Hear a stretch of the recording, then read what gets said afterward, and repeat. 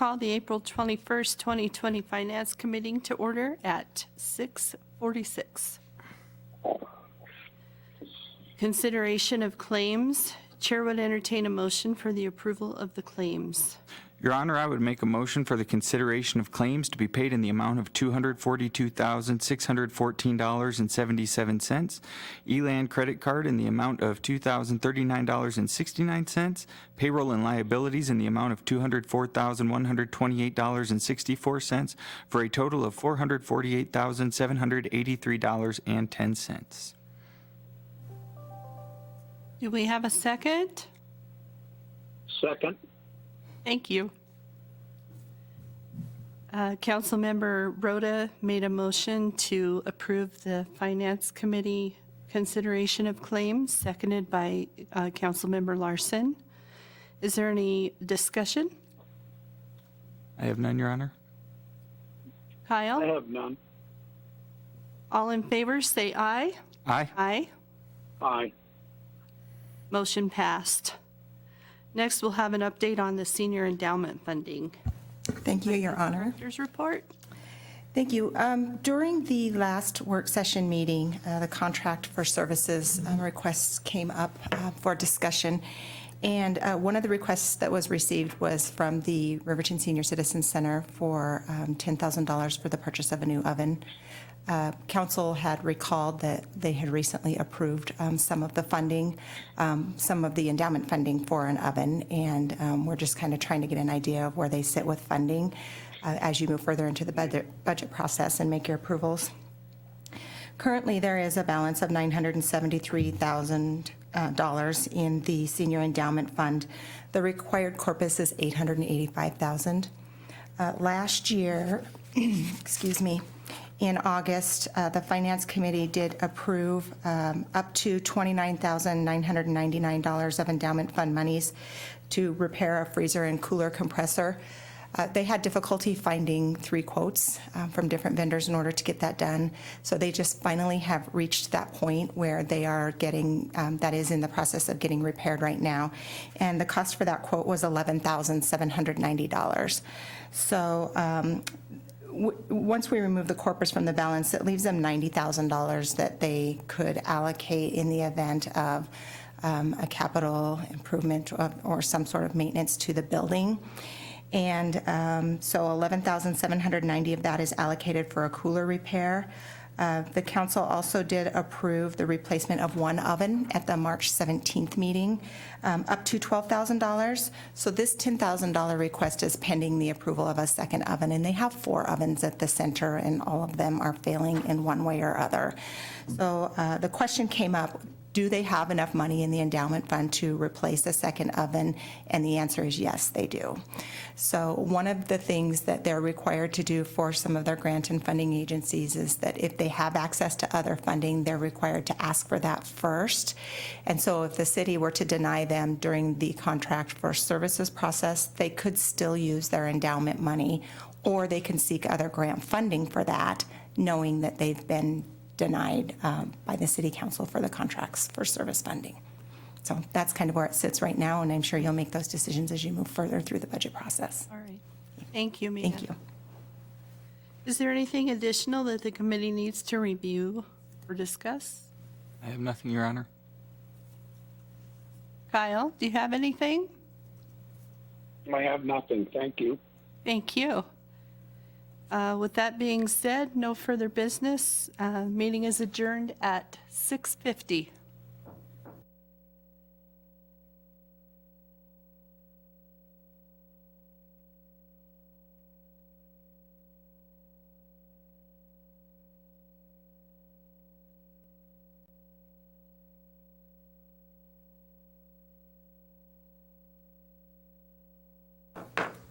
I now call the April 21st, 2020 regular council meeting of the Riverton City Council to order at 7 p.m. I will lead us in the Pledge of Allegiance, and Councilman Hancock will lead us in the invocation. Pledge allegiance to the flag of the United States of America and to the republic for which it stands, one nation, under God, indivisible, with liberty and justice for all. With liberty and justice for all. Heavenly Father, we're grateful for the opportunity to meet here together tonight. We ask that it please guide this council and guide the members of our city staff, as well as the citizens of our great city. Please help us to do what we can to protect ourselves and protect each other. Thank thee very much for the opportunity to serve, and help us please to look for those opportunities to serve and always be willing to help our friends and neighbors and those in need. We thank thee very much for all of our blessings and for the health that we have, and we say these things in the name of Jesus Christ. Amen. Amen.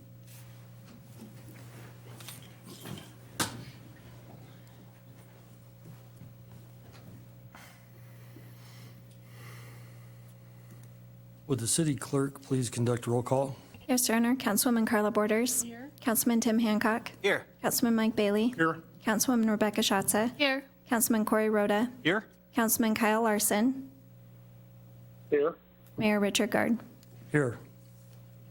I declare that we have a quorum present. The chair would entertain a motion to approve the agenda as presented. So moved. Second? We have a motion by Councilwoman Schatze and a second by Councilman Rhoda. Further discussion? All in favor, say aye. Aye. Aye. Any opposed, say nay. Motion passes. Anyone in the audience wishing to address the council regarding an item that is scheduled for a public hearing will be given the opportunity to speak during the public hearing. Anyone wishing to address the council on any item may speak now. I would ask those individuals wishing to address the council at this time to approach the podium and identify yourself for the records.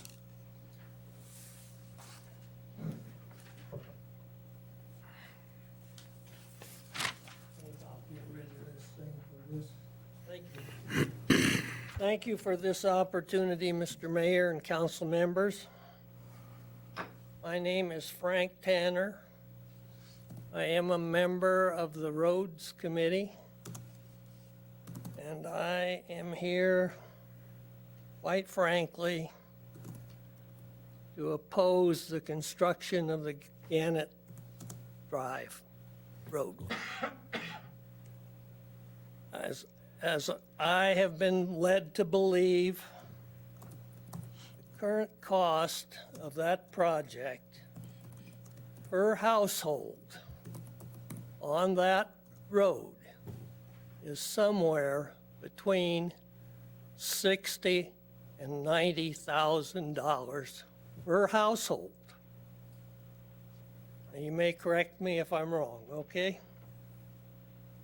I moved here in 1978. My wife and I looked all over this town for a house,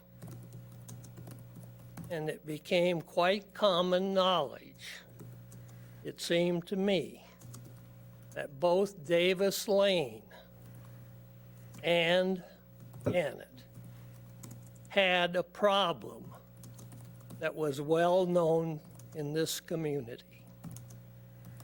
I don't dispute the fact that the project needs to be done, but I think that there are other projects at this time that are much more worthy of that money. When the committee was formed, the people who were on that committee looked at it very carefully. And among ourselves, basically, we decided that the number one priority, as far as the Roads Committee was concerned, would be the reconstruction or construction of the main thoroughfares and connector roads. I cannot see where Gannet Drive falls into either one of those categories. It goes nowhere except to Gannet Drive. Okay, and I think in all honesty, that the people who live there should be participating in the reconstruction of this project financially. I thank you for the opportunity. Thank you, Frank.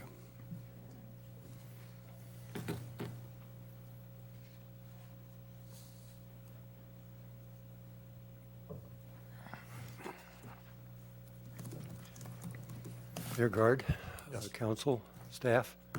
As you know, I'm Ron Warpness, and I also am a member of the 1% committee, the Force Committee as we call it, and I'm speaking only for myself and my feelings on this issue. I was very involved in getting the 1% in place, and I kind of feel a personal ownership, I guess, of it, and have tried to run herd as tight as I could to make sure we didn't get too far off out in the brush.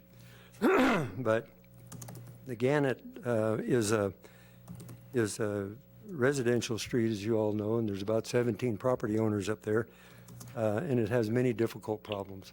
And I agree with Frank that it's a project that needs to be done. No one debates that issue. Well, it is what it is. But I know this probably sounds like we're just springing this on you. All of a sudden, here you are ready to vote on the bid, and all of a sudden you're bringing up these issues. And that's not quite accurate. Having been with the committee for quite a while, I've tried as delicately as I could. I'm sometimes not very delicate. So to express concern about the direction that we were going. 7/23/18, I wrote a memo to the chairman of our committee, Garland Samuelson, regarding the 1%. And I'll read the majority of this to you. And I sent a copy of this to Mayor Baker, to Tony, and to the Force Committee members as well. So going back to 18, and I could probably dig out concerns even prior to that. As I'm writing this memo to you in order to help clarify my thinking on a subject that is gnawing on me and creating a growing concern about one of our projects. I am, of course, speaking of the Davis Lane and Gannet Drive streets. This is one of those projects that just seems to go on with no real resolution in sight, and the real possibility of change orders and increased engineering costs in the future, as well as the establishment of questionable precedents. Certainly the need is there, as the street is in pretty rough condition and the citizens are eligible and deserving for some help. Concerns that I am having center on the issue of cost, eligibility, and who is to pay for it. Questions that come to mind are: the infrastructure that is discussed in the 1% mandate was always understood to be for bad water lines, sewer lines, etc. Infrastructure was something that was placed there in the past and has broken or worn out over time and needs replaced before the road is repaired. It was not for infrastructure that God has placed there that needs to be corrected, such as groundwater intrusion and or the results of that intrusion. Obviously, some consideration needs to be made for that existing reality, but the homeowners that choose to live in that area should carry a part of this burden as well. We have already spent a large sum of money on engineering costs on something that, in my opinion, may not be the responsibility of 1%. This engineering, however, will be of great help to the citizens when the work is done. And we brought that up at a recent meeting, and I voted for it to go ahead with the engineering, because whoever pays for it, you need that engineering information to solve the problem.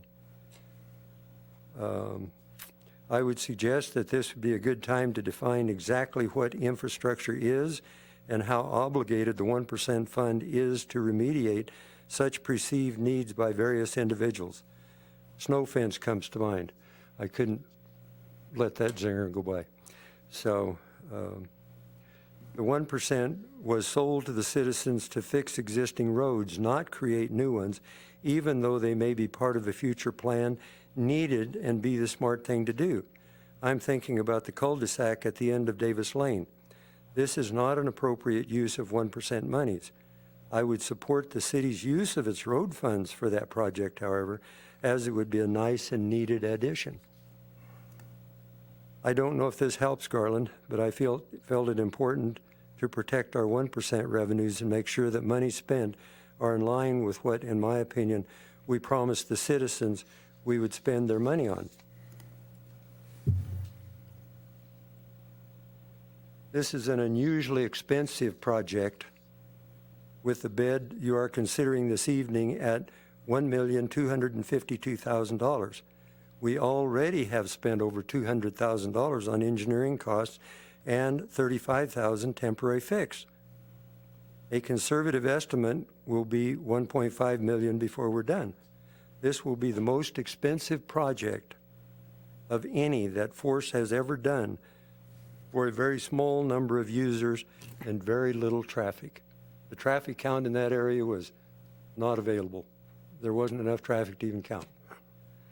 And we've got serious problems on large roads throughout the community.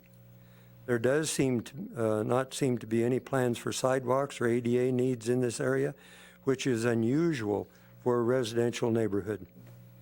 This area was well known to contractors to be a difficult area to build in, with water issues at the time of development of this neighborhood. Most of the homes have one or more sump pumps already.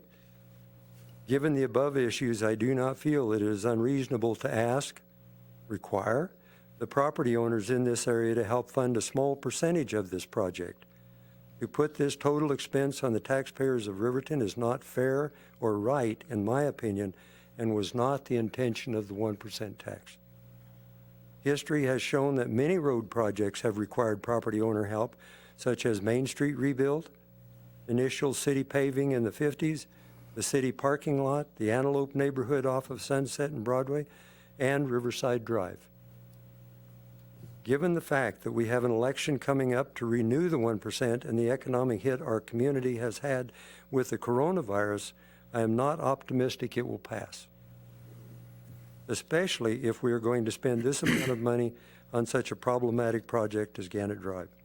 If the 1% does not pass, I'm concerned about encumbering this amount of 1% money at this time on such a questionable project.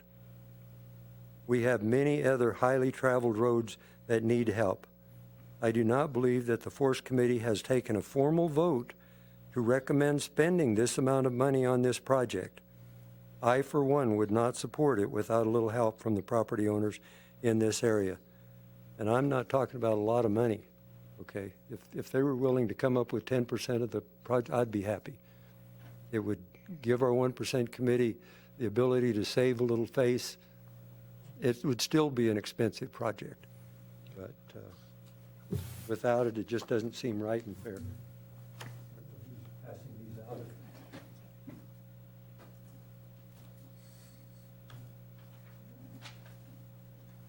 Thank you for allowing me to. Thanks, Mayor.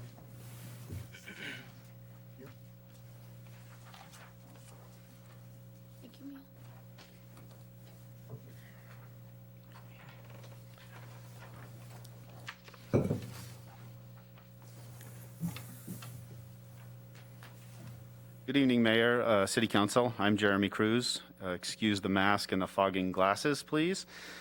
I also am a member of the Force Committee. I'm a baby member. I've only been to 2 meetings, and I don't represent the committee at all. I'm just here on my own as well. Because I'm a baby member, I don't know all of the ins and outs with this project. I came on. I was living here and I had heard about it, and it was shocking just from a citizen's perspective that that road was one of the focuses of the committee because it served so few people. So again, that was from an uneducated and ignorant point of view, not knowing how bad the road surface was and all of the history that's gone before with the groundwater and the temporary fix and the pursuant of the engineering, pursuing the engineering to potentially solve the problem. So from a citizen's perspective and from a person who thinks about PR, this is a PR nightmare for trying to get the 1% renewed. I don't know that anybody would do this, but it's an easy target to say, look what they did. They spent $1.5 million on 17 people, and that's a hard pill to swallow, especially in the times that we're having right now. So, like Ron said, having some buy-in from the citizens, from the families down there, I think would help give us some cover. We'd be able to say, look, that road was really, really bad. Yes, it's very expensive. And yes, there are citizens of Riverton. They, we're fixing one of the roads down off of Adams or off of Monroe because the same thing is bad subsurface, and they deserve a good road, even though it's not highly traveled. It's not a main thoroughfare. But so a little buy-in there, I think, would go a long ways. And I leave it up to your wise minds to figure out what that buy-in looks like. The other thing that really concerns me is the curb and gutter and sidewalk situation there. I don't know. Here I am touching my mask. I don't know what's proposed. I haven't seen the drawings. I don't know what's going on, but I've heard through the grapevine that I know currently there is no sidewalk there, and potentially that's going to be continued through as maybe a grandfathered item or something. And that just seems, that seems indefensible to me, that a public neighborhood that's a public street that's being paid for with public money does not meet current engineering and ADA standards for both, walking and whatever other differently abled people might be down there. And I suppose you could make the argument that it is such a cloistered neighborhood that there's not a lot of walking going on down there. That's besides the point. That's totally outside the question, in my opinion. It's a public street. It's a public sidewalk. It's not a gated community. It's part of the city. And if they would like to, have our $200,000 engineering that we've paid for and potentially $1.5 million total project cost, I think the least we can do is ask for sidewalk and curbs and gutters down there. With that, that's all. Thank you, Mayor. Thank you, council members. Thank you, Jeremy.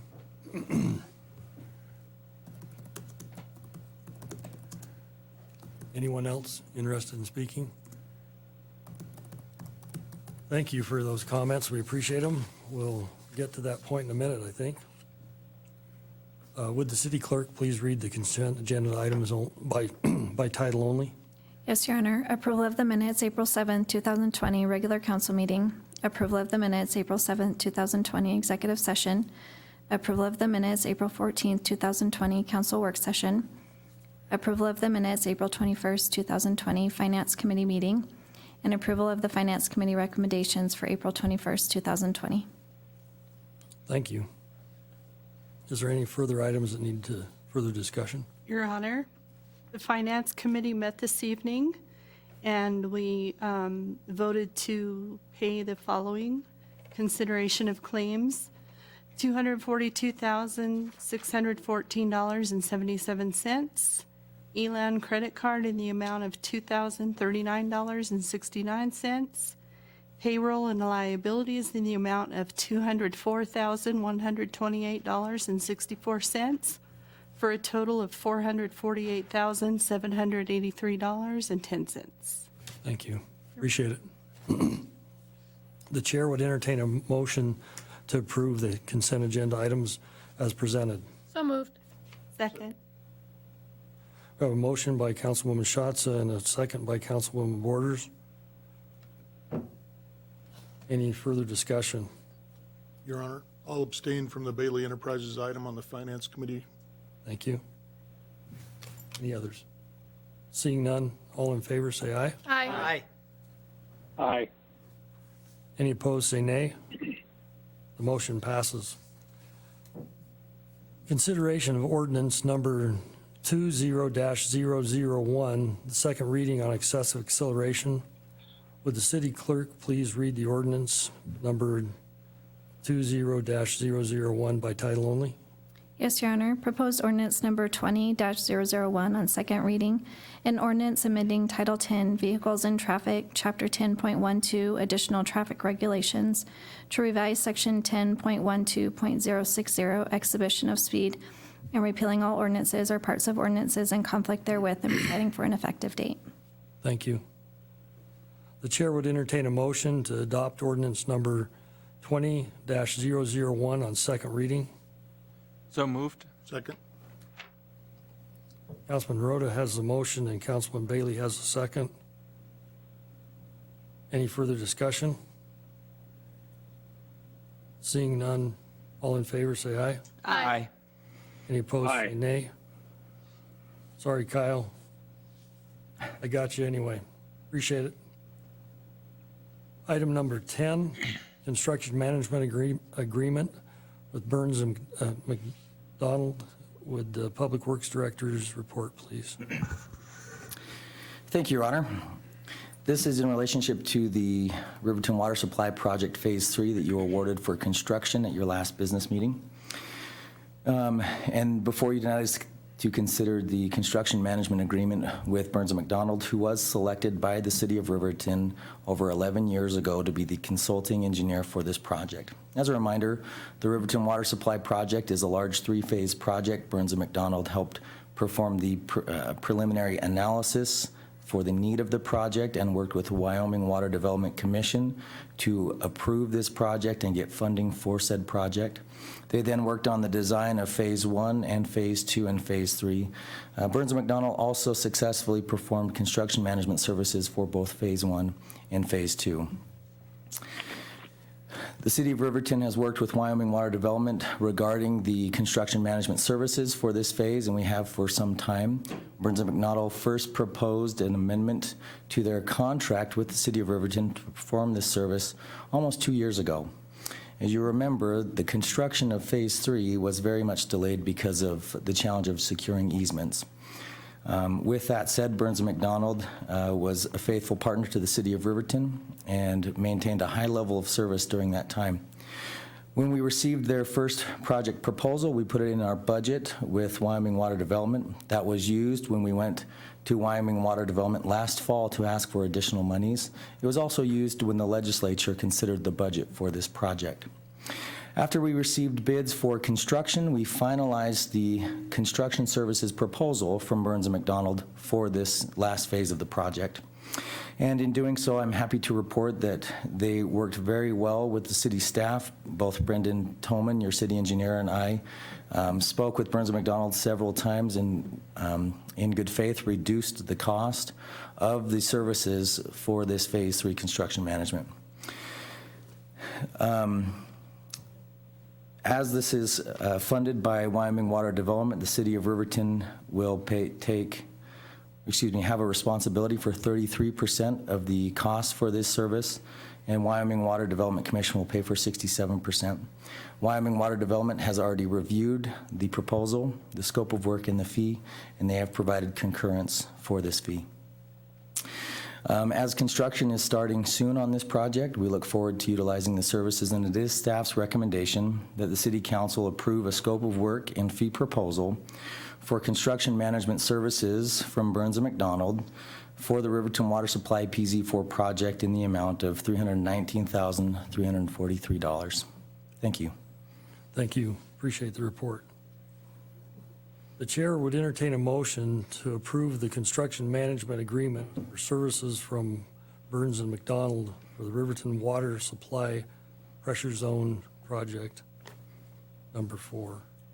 So moved. Second. Councilwoman Schatza is the motion, and the second is Councilman Bailey. Any further discussion? Your Honor, Please. it's been brought to my attention by some constituents regarding the engineering firm, and I'm just trying to get it straight in my head how the whole process worked and why we haven't used our local engineering firms. I'm, late in the game, so I'm not sure how the process worked. I would just like to ask that.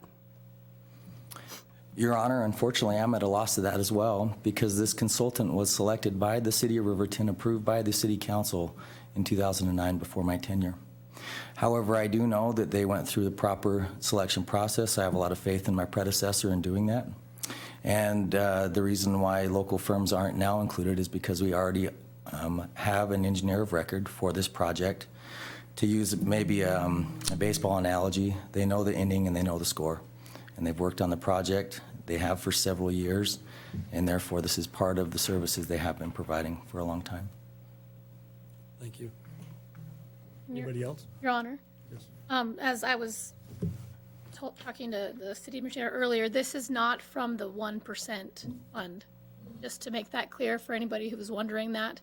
And what's interesting that former mayor brought up is if you look over this from the past, it is almost all local for the 1% fund. So that's something to keep in mind when people are concerned with this situation. Just know that it's not from the 1% fund, and almost all, if not all of these that I'm looking over just quickly from 2014 until present, have been local engineers and consulting businesses to the area. So put people's minds at ease, hopefully.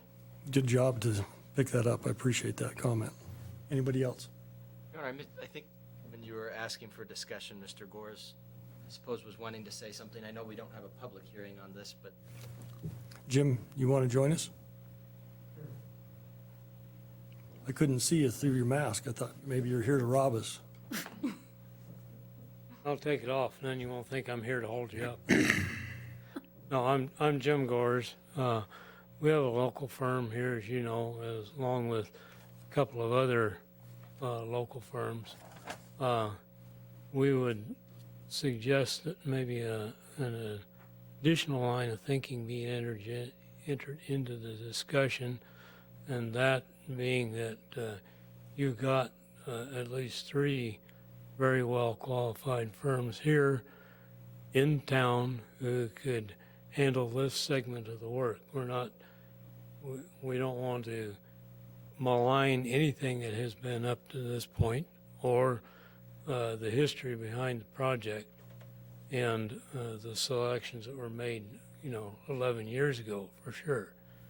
And it's very consistent with practice that the design engineer would follow through and also do this final aspect of the project, which is monitoring the construction and making sure that the facilities that are being bid or built under this bid get installed correctly and that the records are kept current as that's going on. This is not rocket science. Any one of the firms that are here in town can very capably and comfortably handle this project.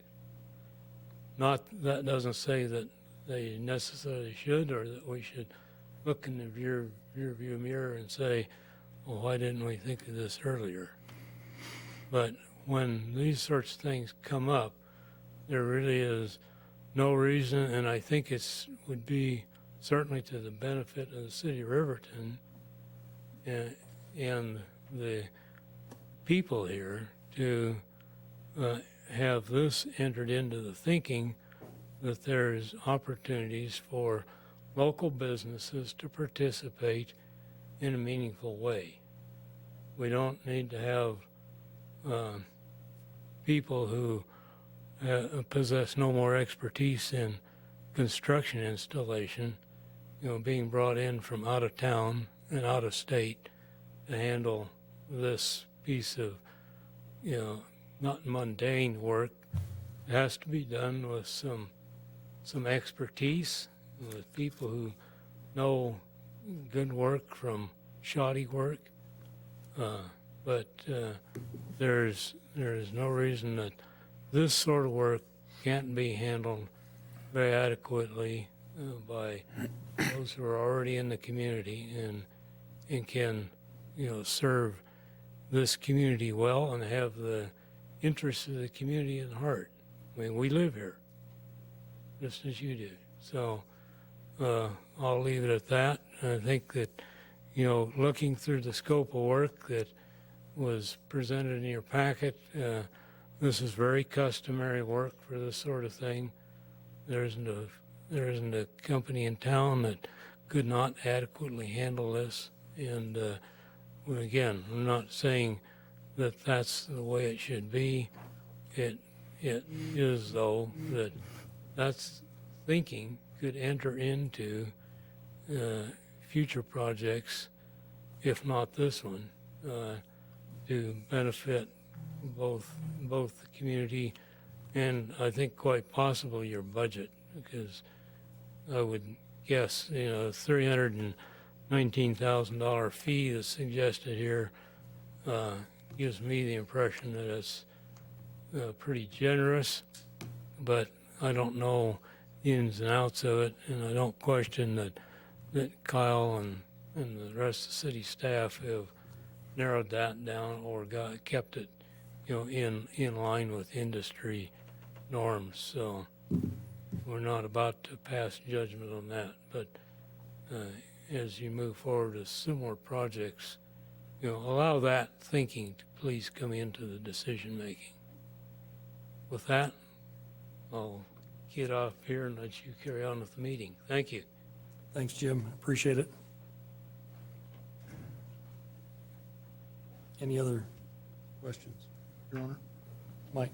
I guess, we have had multiple discussions around this same idea and have looked at our procedures and are trying to make sure that we give every firm an equal chance to be involved in the bidding process.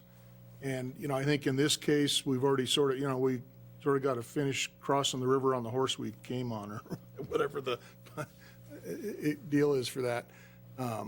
But I mean, we've all talked a lot about making sure that we give local firms, adequate opportunities to participate in the process, and that, again, it's good for our economy to keep as much business local as we possibly can within the rules that we have to play with. A lot of these projects are federal and state, and so, again, we have to follow their rules, and we can't really discriminate against other firms that are included in Wyoming, for example. So I guess it is a valid concern of ours, and so don't think we're not paying attention to that. Thank you. Thank you. Jim? At this point, is there even the possibility of doing an RFP and seeking out someone else? Or generally speaking, would your recommendation be to stick with who we had in 2009? Your Honor, my recommendation is to continue with Burns and McDonald. However, that is your choice. If you choose not to go into this construction management part of services, we will lose significant amount of time as the project is ready to be underway. We'd have to advertise, go through a selection process, bring it back to council, and at that time, we'd already have a contractor underway. So that is your prerogative to do that, but it is my recommendation that you continue with Burns and McDonald. And are we at the point of no return? I mean, when you're saying that this was selected in 2009, at this point, I guess they were selected in terms of the design process and the first couple of phases. Are we just kind of putting a stamp on something that we have to do, or is there even that as an option, is what I'm trying to get a feel for? Again, Your Honor, this is the prerogative of the City Council. You will lose time, but you do have the opportunity to advertise this, and we would do a consultant selection with a committee, make a recommendation to the City Council. I would encourage any qualified engineering firm, including those participating and those here tonight, to submit. They could be ranked and then move forward. The other step that maybe I should reference is that if we want to utilize the funding source that's available from Wyoming Water Development Commission, we would still need their concurrence to that selection. So even if we did do a request for proposals, we're having to take it to them to make sure that it meets their specs and their expectations anyway? Your Honor, that is correct. If we want their funds, we would have to receive WWDC concurrence. Anybody else? Before I start in on my rant? You all right? You know what? Councilman Bailey is correct that we have many times stated, and I think in large part, thanks to Councilwoman Schatz to read the list, and I went over it after she pointed that out, so obviously, these are all local contractors, all local engineering firms that are on this sheet that we used. So I would say congratulations to the Force Committee. 3 of the members sit in our, well, and Mike, you're on the liaison to that. And I think great kudos should be extended to the Force Committee We did Bell Street, and it's just a short street, and a lot of people say to nowhere. And so, just like others feel about other things, this is a great story for the 1 cent, this piece of paper. Now, a little of what the problem is that this is an ongoing engineering water project that took a long time to get done. And for those of us that have been here, Mayor Warpness is in the room. He sat through the fights, and we could not get easements to get to where we needed to go. We had all sorts of problems. If I had a local engineering company and I put out to bid every time we had a new phase on what they already were accepted to be the engineers on, they wouldn't appreciate that either. And we could actually come away with 3 different phases with 3 different design groups on that. One of the things that I don't quite understand, and everybody keeps telling me is a great process, is that professional services shouldn't be contingent on cost. And yet here we are today, and in my world, everything's contingent on cost. That's where I work, we have to be the low bidder. Very seldom do people come in and throw open their checkbook and say, spend whatever you want and get my work done. But I do, Ginger had a very pointed conversation with me, and I appreciate her conversation. She's right. We need to spend as much money possible locally. And I think this is, thanks, Mayor, for delivering this. This is proof of the pudding that we are trying to spend money locally. Now, are all of us getting awarded the bids? I don't think so. So, you know, there's always room for improvement. We can always sharpen our pencil and do a better job of what we're doing. I have great confidence in the staff.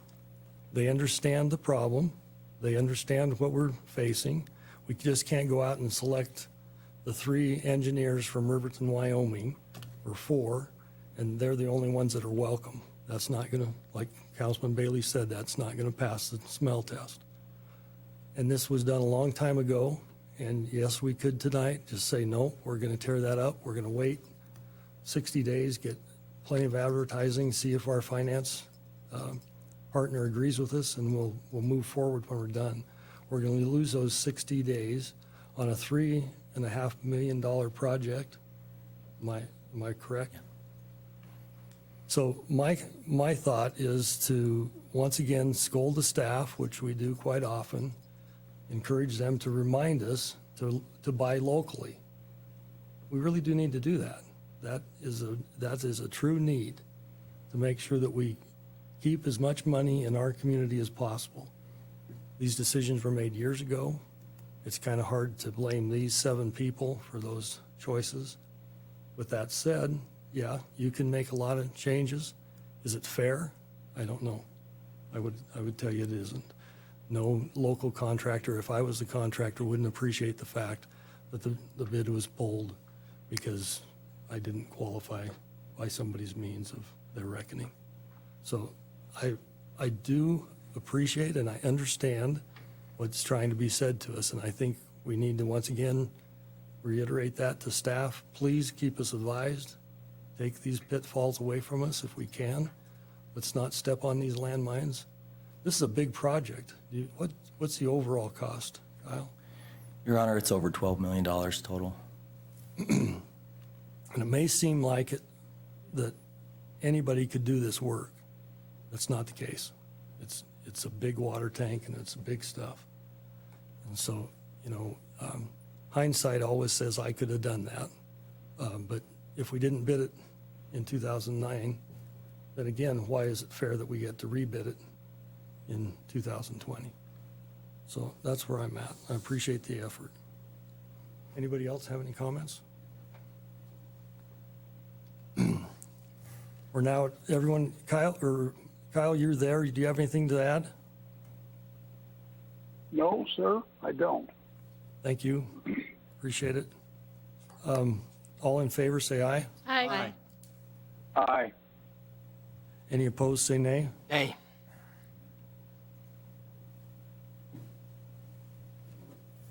The motion passes. Planning Commission appointment of John Payne, Community Development Director's report, please. Thank you, Your Honor. The Riverton Planning Commission's final alternate member position has been open for the last several months. After approaching the commission for his home occupation permit renewal in March, Mr. Payne submitted his letter of interest in joining the Planning Commission. This appointment will be for one 4-year term. He will represent the 11th and final member of the commission. At this time, staff recommends the mayor appoint Mr. John Payne to the Planning Commission with council concurrence. I stand for any questions, and I believe Mr. Payne is in the audience tonight as well. Thanks for coming, John. Appreciate it. The chair would entertain a motion to approve the mayoral appointment of John Payne to the Planning Commission for a 4-year term. So moved. Second? Councilwoman Schatz has the motion, and Councilman Rhoda has the Too slow tonight. second. Got to be quick on this. The table's really leaning in. Any further discussion? Seeing none. All in favor, say aye. Aye. Aye. Any opposed? Motion passes. Thank you, John. Appreciate it. If you could stay, and you may get bored, but I may call you. I need some help with that item we spoke of. Okay? Thank you. Item number 12, Hertz Rent-A-Car lease agreement, the fee waiver. Would the Public Works Director tell us what we need to know? Thank you, Your Honor. A little over a week ago, we received correspondence from Hertz Rent-A-Car to abate rents at Riverton Regional Airport. Similar to the impact that our local food hub saw at the terminal, Hertz is seeing a significant decline in not just passenger traffic, but business traffic for their current, the business they currently provide at the terminal. This lease that Hertz has was executed by or approved by the City Council on September 7th, 2018. It includes a rent fee in the amount of $215.79 a month for give or take 151 square feet of terminal space. It also includes an airport use fee in the amount of 10% of Hertz's gross revenues.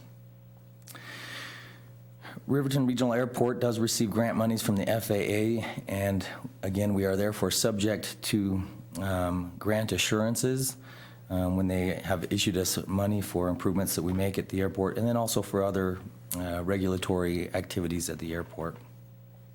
Consequently, they have warned airports and airport sponsors to be cautious during this COVID pandemic when considering the abatement or deferral of fees. And again, in your packet is the most recent statement by the FAA on this matter. In brief, it basically states that if a decision is made to abate rents for local reasons, that must be tied to the changing circumstances caused by the public health emergency. It further explains that an appropriate term of the relief must be defined, as well as possible conditions to end the abatement. Staff proposes that the City Council consider the abatement proposal by Hertz Rent-A-Car, but still enforce the airport use fee requirement as explained in their lease agreement, and that is the concession fee. So in brief, waive the requirement for the footprint, which is that $215 and change, but still require the concession fee. And to do so until the public emergency is determined over, or when passenger enplanements return to 75% of the same month of the previous year. Meaning if we start seeing significant traffic again before the public emergency is declared over, we can reinstate the full rent requirement. As far as the budget impact, on an annual perspective, the terminal rent brings in just over $2,500. If this is over 3 months, you can calculate pretty quickly what that $215 will be over 3 months. City staff will stand for any questions if it is necessary. Thank you. The chair would entertain a motion to approve the fee waiver for Hertz Rent-A-Car lease agreement as presented. So moved. Second. Good job, you guys. Councilman Bailey has the motion and Councilwoman Borders has the second. Further discussion, Your Honor, please. I guess I would just note from the way Mr. Butterfield was describing it, you were saying basically whichever comes first. Correct. Okay, so I guess I would want to make sure that that's clear in terms of either if the emplainment's returned to 75% or the public health emergency is ended. I suppose that would just be my thought. I'd move we amend the abatement to be either from March 2020 until the public health emergency is determined over, when emplainments return to 75% of the same month from the previous year, whichever of those two comes first. Yeah, and I think you're right about that, and Tony pointed that out to me because I was of the opinion that it would be a while before emplainments come back, and it is an and/or situation, and so I don't know. Do you need verbiage change, or the or is one or the other, right? Your Honor, I would interpret it that way, but obviously, if the council would like to amend its motion, that would be just fine. Okay. Are you wanting to make that motion? Yes, Your Honor. That's Okay. my motion. Do we have anybody want to second that? I'll second. Okay. So let's vote on that amendment, correct? Yes, sir. Do we need to restate it? Do the clerks have it down? Got it. You're good? Yes. All in favor, say aye. Aye. Any opposed, say nay. Kyle, you in?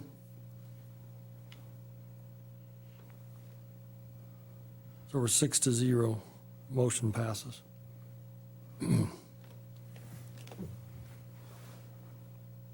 Now we're back to, do we need to pass that?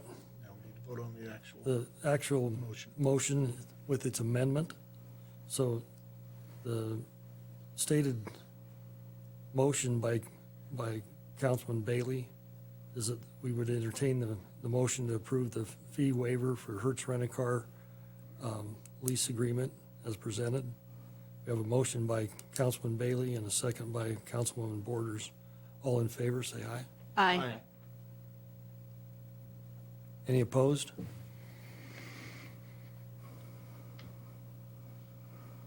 Motion passes. Bid award for Gannet Reconstruction Project. Public Works Director's report, please. Thank you, Your Honor. This is one of your 1% projects that was approved to be bid out and put to construction this year. On October 14th, 2020, the Force Committee unanimously approved a motion to prioritize 5 projects for the 2020 construction season. These projects are East Sunset, that goes from Federal to 16th, Gannet Drive, Cambridge Village Estates, Summit Drive from Monroe to Cliff, and Hill Street from Mansway to Main Street. Gannet Drive is one of the 5 poorest streets in the city of Riverton and exhibits significant issues with its pavement condition index and also with its subsurface integrity, meaning that the soils do not have a good constitution. There's high levels of groundwater, which has definitely contributed to the failing curb and gutter and the asphalt.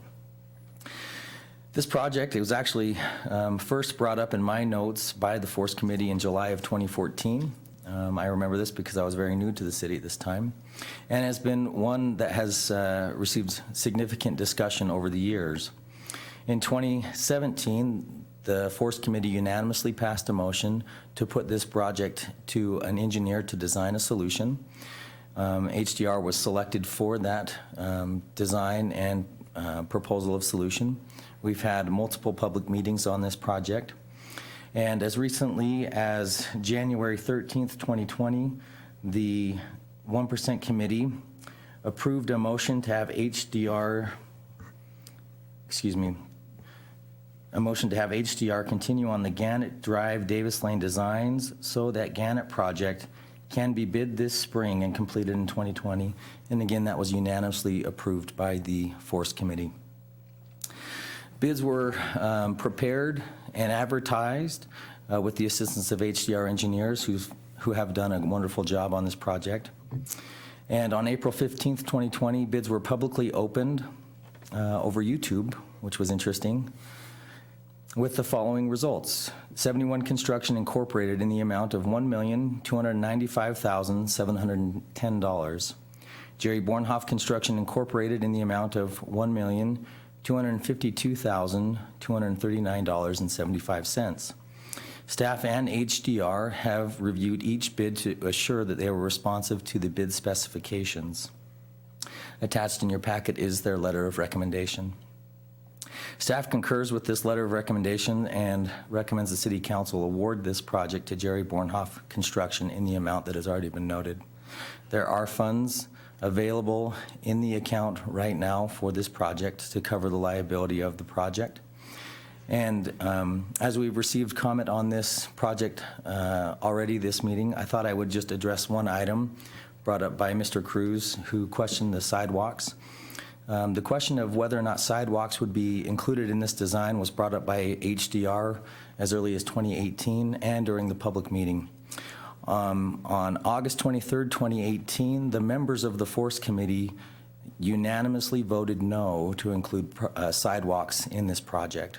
We also received public feedback that was included in the technical memo provided to the Force Committee that many residents on this street did not want sidewalks, new sidewalks, to encumber their yards and be part of this project. Therefore, staff followed the direction of the 1% committee. We also received coordination regarding Americans with Disabilities Act, because usually we are required to put back sidewalks on projects that are reconstructed or repaved, or I should say roads that are reconstructed or repaved. Because there are not contiguous sidewalks currently on Gannet Drive, that requirement by the ADA is not applicable here. Therefore, we followed the discretion of the committee and did not include them in this project. Again, staff recommends that this project be awarded. I know there are several projects of importance, and I believe this is one that will improve our community and, again, be a positive outlook on the 1% funds that have done so many good things in our community. Thank you. Thank you. The chair would entertain a motion to award Gannet Drive reconstruction project to Jerry Bornhoff Construction, Inc. in the amount of $1,252,239.75. So moved. Have a motion by Councilman Bailey.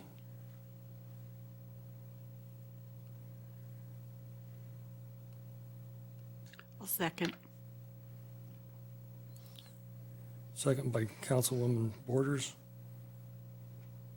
Further discussion? Your Honor, Yes. I'm confused. We had 3 members of the Force Committee come up and say that they did not approve this, but it's saying it was unanimously approved. So I guess I'm just kind of confused by that. Somebody explain that to me.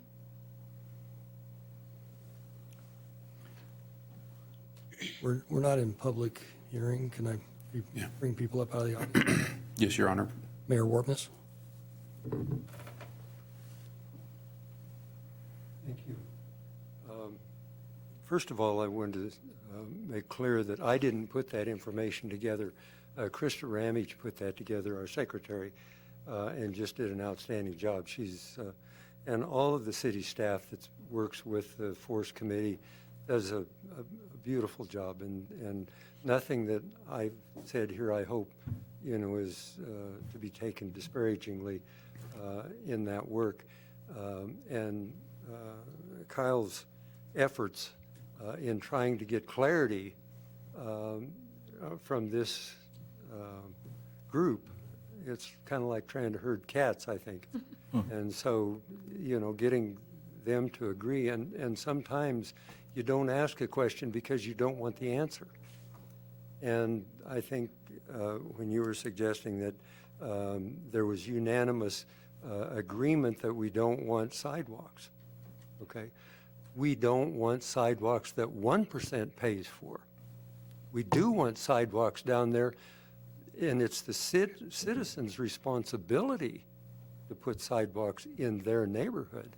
And why are they not doing that? And I think that's what Jeremy was referring. So you know, when you just hear something, it's easy to get it twisted. And I recall when we had the unanimous vote to have HDR go ahead and do the engineering, okay? I remember talking with Butch Tonkin, who was sitting right next to me, and he says, as long as we get the chance to vote on whether to spend that money or not. Well, from Kyle's perspective, he's looking at that as approval to spend that money. And he doesn't want to come back and have that vote of the committee on that particular issue. And in our lack of clarity, we're not, you know, pushing that request. And we failed to have the Forest Committee meeting this last month due to the coronavirus. And so I was in hopes that we could have that meeting then, and we could resolve that issue right now, have an up or down vote. Does the committee want to spend this much money on this project? But that was taken off the table. We didn't have that opportunity. So here we are. But no, I think that the Forest Committee has done a wonderful, wonderful job. I really do, for the city of Riverton. And when we look at the road that goes down to the sale barn, okay, that road is on South 8th is used by a lot of people, and it generates a lot of income in the area. And that cost us $77,000. $77,000, for gosh sakes, not $1.2 million. So just, you know, trying to get the most bang for your bucks is where I'm coming from, and just a fairness kind of a thing with all of the taxpayers that are funding our 1%. But no, everything is being handled legally. Everything is, you know, and on and on. So it's up to you folks to make the tough decision, and I'm glad I'm not there. So, anyway. Thank you, Mayor. Any other comments? Your Honor? Yes. Again, I've sat in on quite a few of these conversations, maybe not all of them, but again, this project, like Kyle said, has been sort of on the drawing board for several years, and the discussion's been bounced around again regarding how many houses that serves. But last year, this really, you know, came to a head because of the tremendous water problems they were having on that street. I mean, it was to the point where we couldn't get a city garbage truck up that street because we were afraid it was going to just fall in one of those sinkholes that was there. The city came in and did a temporary repair, sort of got some of that water alleviated, and I think got it by temporarily. But I think that's sort of the reason this sort of got pushed maybe forward a little bit above some other projects. Again, the Forest Committee every year sits down and looks at all of those projects that have been brought to our attention.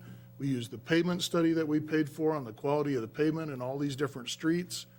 And so, you know, there's a pretty laborious process in deciding which projects are moved forward, which projects we start engineering on, all that kind of stuff. We try to spread those projects out over the entire city, like the list that you've seen for this year. You know, there's 4 or 5 different projects on different parts of the city so that, you know, we're not just focusing on one area.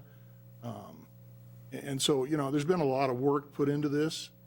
And I would agree, you know, the cost per citizen on this project's higher than North Federal, you know, if you start dividing it by the amount of cars that drive down the road. But if you were the one living on that street and you couldn't drive your two-wheel drive car down the road without getting stuck, you'd probably think maybe it's a pretty good idea. And then you get into the subject about whether this, you know, the individual property owners should pay a portion. Well, yeah, that's easy to say because of the amount of money that this is, again, unless you were one of the guys living there. And we've never, ever charged a resident for a proportion of the street or the curb and gutter on any other project we've ever done. So again, you got to look back and say, are we being consistent and fair through our entire process? You know, we do charge people if we put in new sidewalk, which is the property owner's responsibility. But this, this area does not have sidewalks. And whether or not it should or shouldn't is, should have been decided when they put that subdivision in my opinion, of whether that was going to be something they put in or not. And so, I guess, again, without sounding redundant, we're all the way down this path to the point where we've already let bids. We've had people spend time and energy putting the bids out. We've had companies put time and energy into bidding on the projects. Now's a little bit too late to change our minds in the middle of the stream. So I agree it's a lot of money, but I think, we are repairing an area that is in dire need of something being done. Thank you. Your Honor. Tim? Kyle, I guess just in terms of that project, how much of this 1.25 million is going to be spent under the road or on top of the road or, around the road? I feel like a lot of this money is going to be actually trying to redirect water and figure out where water is going to be going. Is that not accurate, I suppose? Your Honor, I can't answer that specifically, but I will follow up with you on the percentage. This project does include subsurface improvements. These improvements and their estimates were brought up to the Forest Committee several times. It includes sewer improvement, water improvement. It also, for the most part, includes the rebuilding of the road. Because of the high water table, there was a need to help dry up that road. This project includes an under drain system that helps channel the groundwater that has caused, as you remember last year when several of your constituents came to you and made a roller coaster of that road. We got to get that water taken care of, and that's what that under drain system does. So the significant portion of this project is the road reconstruction. But I would be happy to follow up when I get a chance to look at the breakout of the bid tabulation and tell you what the percentage is for water and sewer. I guess the reason I ask that is I feel like in terms of hearing from the mayor, Mr. Warpness, I feel like we've got people that have some pumps in the area already. There's water more places than just on the road. It's an issue. And I suppose I just wonder to what extent this is going to be benefiting more than just the road. And I think that's where the idea of having them pay a percentage comes from. If you're going to be getting a benefit out of something other than just the road, you're getting either it's easier to have, we're taking care of the water problems besides just the road water problems, we're taking care of water problems. I could see where the idea where they should pay a percentage of that is. And so that's what I'm trying to figure out. Is there a part of this project that's going to be benefiting more than just the road there? We're going to have a benefit to the citizens down in that area that other people maybe normally wouldn't have. Normally when we do work on a road, for the most part, it's benefiting the road, it's benefiting the drainage around the road. But if there's going to be a benefit that's going to be felt outside of the road, that's where things get a little bit different. And I feel like there's been other projects where people have had to pay. Now, maybe that has predated the 1%, I'm not sure. But I feel like I was talking about that with Mr. Warpness another day. So I don't think this has never happened. I get what you're saying. The ones that we've approved, as far as I recall since I've been here, they all have been ones that it's been paid out of the 1%. But I think there have been other projects where there has been at least a percentage that the folks have had to pay of it. Your Honor, I can help answer the councilman's question. Please. The discussion of whether or not we were drying up the neighborhood or drying up the street came up very early in the design of this project because there is not enough money to dry up the neighborhood. The design dries up the road. There's a wicking geotextile fabric that wicks water from the roadway into the under drain. That's it. There will be an opportunity if residents want to pay to tie into that water under drain, they can. But right now, they are not getting that. So this specifically dries up the road to benefit the road, that public right-of-way. As far as citizens contributing to construction of roads, that would be through a special assessment. The one that probably comes to mind is River Lane, but that is, again, done through an assessment that's paid back. Basically, the city pays for the cost up front, and then over time, through assessment, those residents pay back the city the upfront cost. And we've done that through sewer projects as well. We have never done it out of a 1% project for a public street. Mayor? Please. Kyle, if I could just ask, what was the fee to have that road? We already put $200,000 when we did the emergency repave. Is that correct on that? How much was that? 35. Yep. 35,000? Yep. And then did we have to have an engineer look at that in order to do that? We were able to just... so my question here is, if you're eventually going to have to rip the Band-Aid off is the way I'm looking at it, but how many times do we push this back to where we're going to have to come back and repair it again before we say, hey, why aren't we just going to fix this? It's going to have to get fixed eventually. So how long do we want to prolong it and keep saying, okay, well, we'll come and just do repairs as necessary until we finally say, okay, we're going to have to bunker down and just pay this $1.5 million, it sounds like we're jumping to. It's just a comment, but my comment is how long are we just going to keep pushing this back before we say, hey, we're going to have to do it eventually? And that's my big question. That is all, Mayor. Thank you. My turn. How many times have we fixed the water line on Gannet at the bottom of the hill? Your Honor, you would ask me that question. It's been multiple times. I'd put it above both my fingers, more than 10, especially in the last 6 to 10 years. We've done multiple, in some years that I've been here, where we've had the water line break at least 3 times. And so when you come to this, that it's,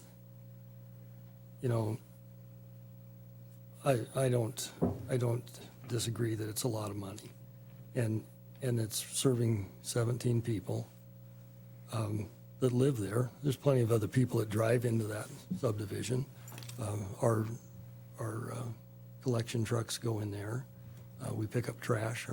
Our patrol officers go into that area. This is a public road that was accepted by the city when it was put in, and nobody threw up a red flag and said, oh my gosh, there's water underneath this road, and we're not going to accept this road.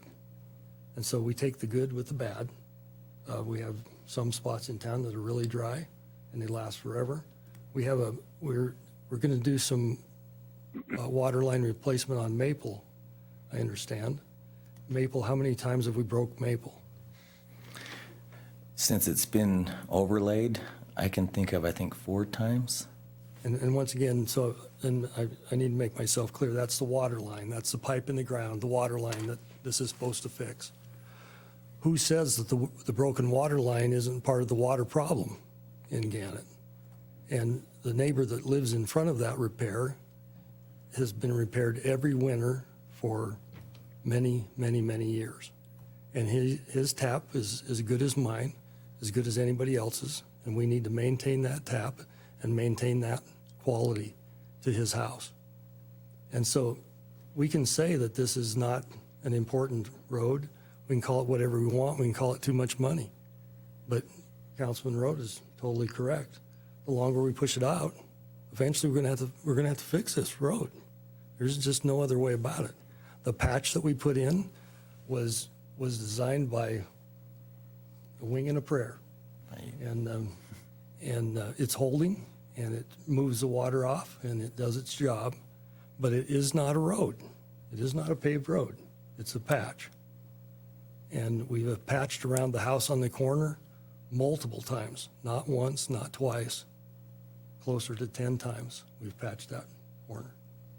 And so we've put a lot of money in to try to fix that and maintain that. And so I think as always goes down, we can always point to a spot. Why do we reconstruct Bell Street?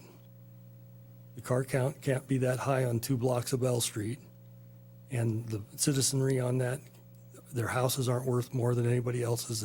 They like their house as much as anybody does on Gannet. And so, you know, we got to come back to fairness every time we put this down on the ground. Asphalt's asphalt, whether it's in front of the Terrace subdivision or it's up in Big Wyoming. I think we just recovered Big Wyoming, did we not? Yeah. And so I don't think we can selectively go through and say, I'm sorry, yours costs too much, we're not going to do it. That's not what the Force Committee was for. And that's not how it was put out, that we would only repair the roads that we thought were useful and that could be repaired cheaply. That's not how we did that. And so roads that need to be repaired need to be repaired. And with that said, I don't wish to spend more money. I do appreciate the input. The Force Committee is absolutely rock bottom. We need the Force Committee. There's no other way to say it. We get a lot of money. We spend it correctly. I think that we have spent our money that we've gotten extremely well and got a long ways with the money that we've got on the ground. And so I do appreciate the Force Committee.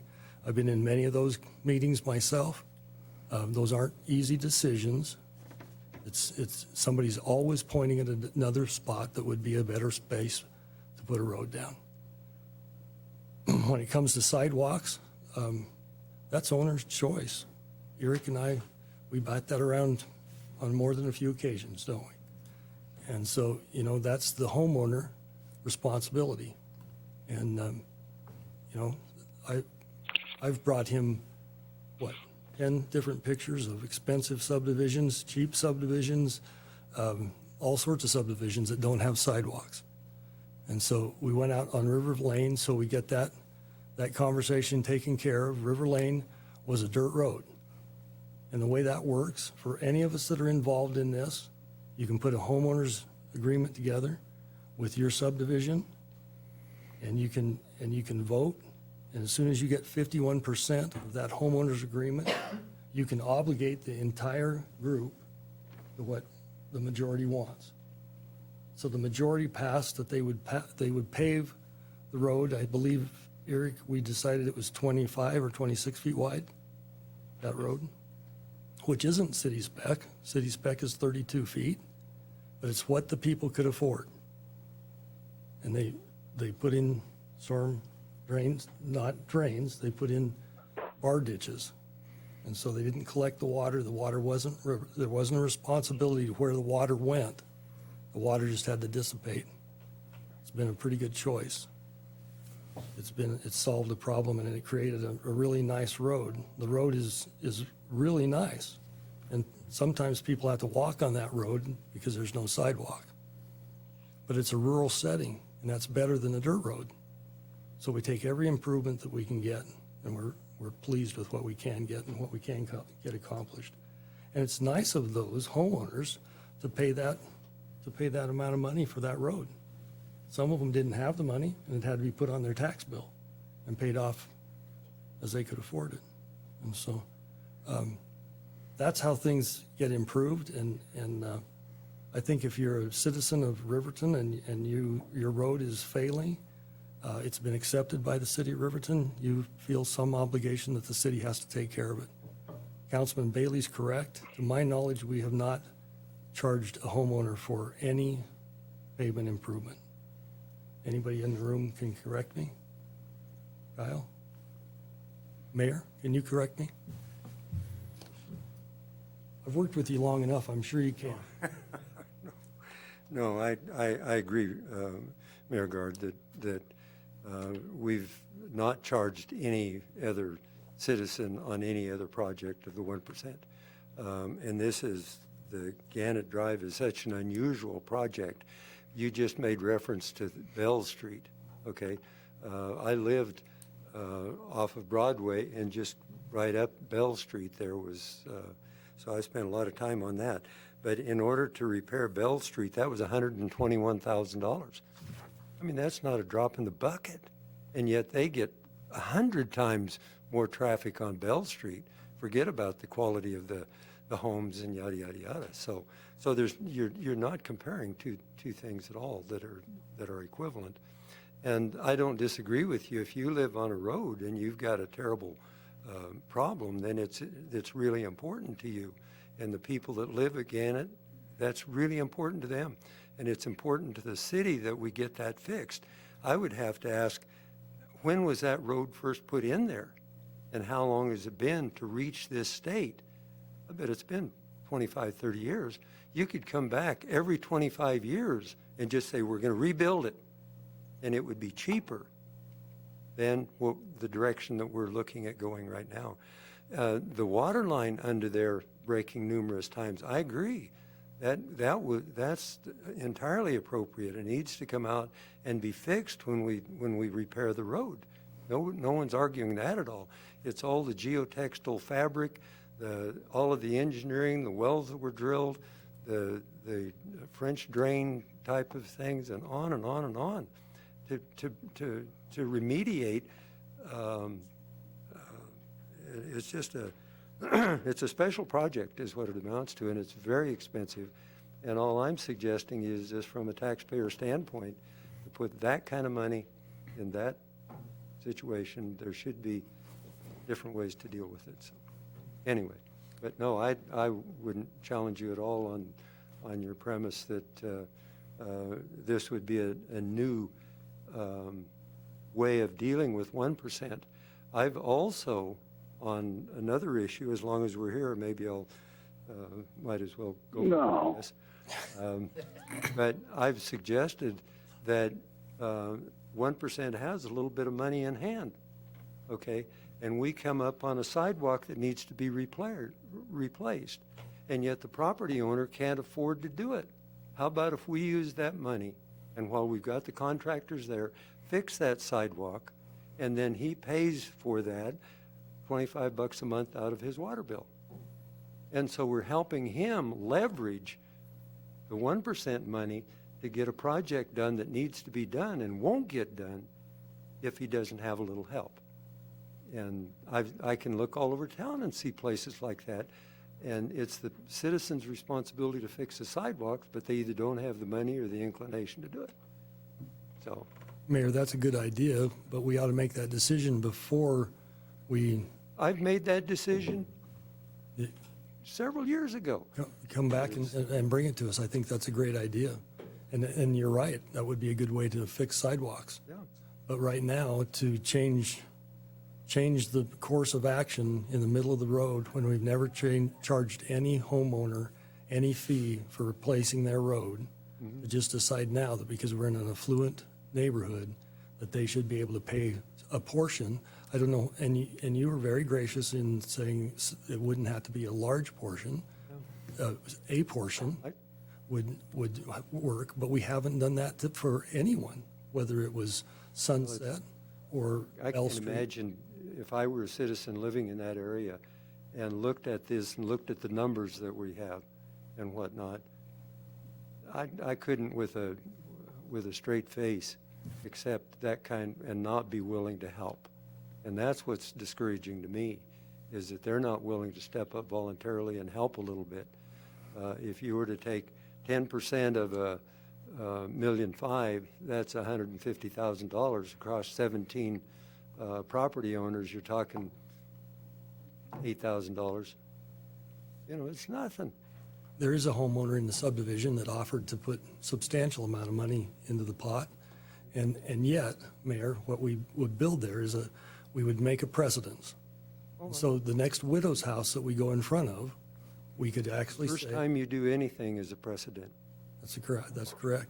And you know, I had a citizen that knows a lot about this come in and talk to me, and her point was to get more mileage out of the 1 cent was to change the rules in mid-course and tell everybody that we would pay for half of the road, and the citizenry would have to pay for the other half of the road. Now, that's a great idea. And you're right, it would take the bill from being full bill on the citizen to half the bill. But we need to make those decisions before we come to the point that this is where we're at. And we can't just because we hit this spot say all of a sudden, all right, this is the first place we're going to start requiring citizens to buy in. Well, we can stop it right here, table it, set it back, and then have that discussion.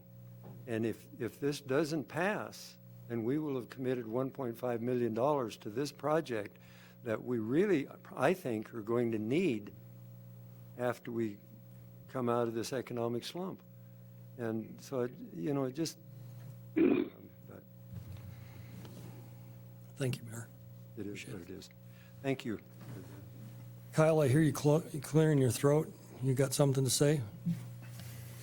Well, the real fact of the matter is, Rich, or Mayor, excuse me, is that street was put in, whether it was put in 200 years ago or 20 minutes ago, the city accepted it and became city-owned and repaired. The individuals that live there have been paying for that. When they bought their house, they paid for the blacktop, they paid for all of the utilities there when they bought their properties. And for us to come back and say, well, we want a second bite of the apple because somebody didn't do their engineering properly, we accepted it as city roads. Whether it's a long road or a short road, the city accepted it. And for us to go back and say, oh, well, I realize we've been looking at this road for a long period of time, but now it's fallen on hard times and it's just a small road, and so just stuff it up, Buttercup, because we can't do it. That's a bunch of bull. We've been looking at this for 3 years on different engineerings and working on it and looking at it and been postponing it and preening it, and we just need to take a big leap forward, take a bite out of it, and get going. Thank you. Thanks, Kyle. Any other comment? Your Honor, I've went back and forth on this a lot, and I think I agree with Kyle. This road was accepted as a city road, and I believe we have an obligation to the citizens there. They pay their taxes just like everybody else. They deserve to have a road that works, that doesn't have to be in disrepair all the time. So that's where I stand on it. Thank you. Tim? And Kyle Butterfield, I appreciate you answering my question about that in terms of whether we're drying the area up or not. That's helpful to me. When I'm thinking about this and looking at this, that was one of my concerns is, to what extent is this going to be benefiting more than just the road itself?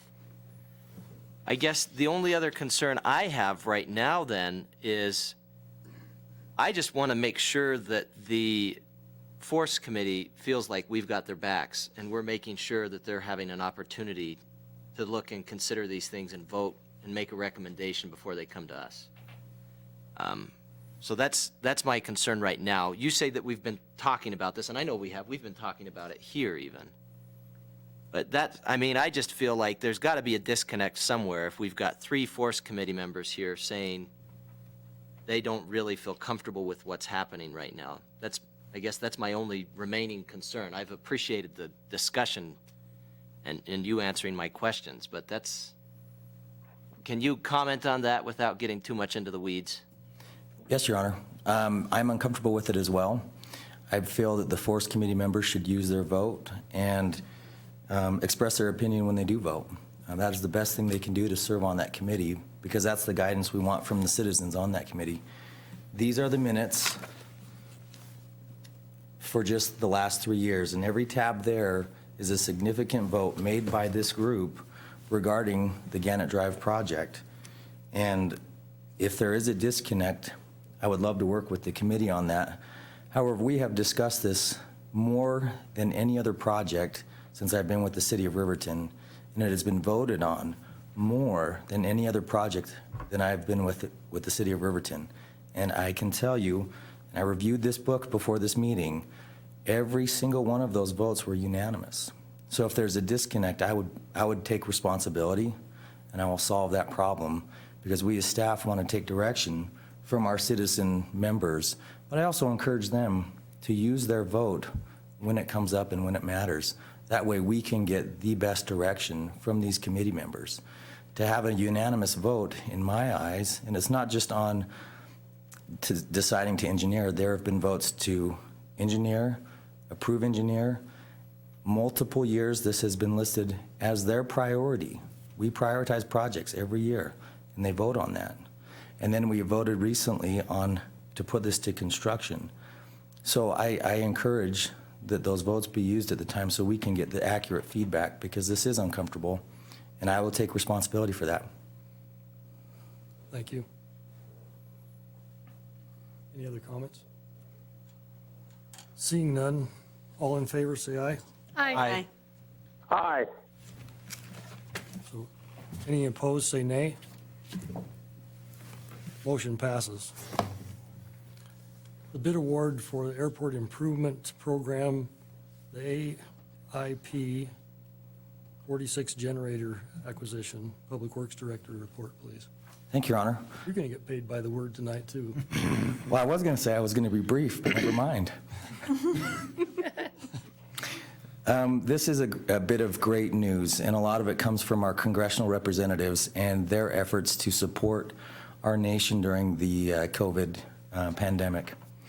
As you know, we have the AIP program, that is the Airport Improvement Program. We have a capital project list, which we work with WYDOT and the FAA on every year. And one of the projects that is coming up in the queue is a backup generator. You have already approved a grant application for this. This generator supports the airfield operations when we run out of power. It will power the lights so that anyone in the air during an outage can still land with the nav lights. It also will power the fire building as well. I talked with Paul and I asked if they could lift that bay door with the power off, and he laughed at me. It's a heavy door, and if we, heaven forbid, had an accident when there was a power outage, there would be no way to get that fire truck out there. Well, I take it back. There would be no way to do it quickly. Okay. So this project was bid out. It's an important project. Bids, again, were publicly opened over YouTube. 2 bidders submitted, Modern Electric and Intermountain Electric. Intermountain's bid came in at $98,390. Modern Electric came in at $85,500. This is underneath the engineer's estimate. And the good news is that this will be paid for 100% through the federal government. Typically, these programs are paid for 93.75% from the federal government, 3.75% from the state government, and 2.5% from the city. And this year, it will be paid for 100% by the federal government, thanks to the CARES Act, which I think is a huge nod from our elected officials on the Hill that are helping us here in Riverton, Wyoming. So I recommend we award this and get the backup generator. Thank you. Thank you. The chair would entertain a motion to award the AIP 46 backup generator project to Modern Electric in the amount of $85,500. So moved. Second. Good job. Mike Bailey, Councilman Bailey has the motion, and Corey Rhoda has the second. Any further discussion? Mike? Your Honor, I just have one question. Kyle, what size generator is that? Your Honor, would it be okay if I follow up with council? I'm just wondering. I can tell you it's run off natural gas. Are you in the market for one? No, I just put one in and I didn't spend $85,000. So. Could I respond by saying big? I apologize for the levity. I will follow up and get that with you. And that's, I don't know the power need, but that's a sizable amount of power there, so. in emergency, that would be and the problem with the generator, I own one myself that's rather large. Never seems like you need it until you need it.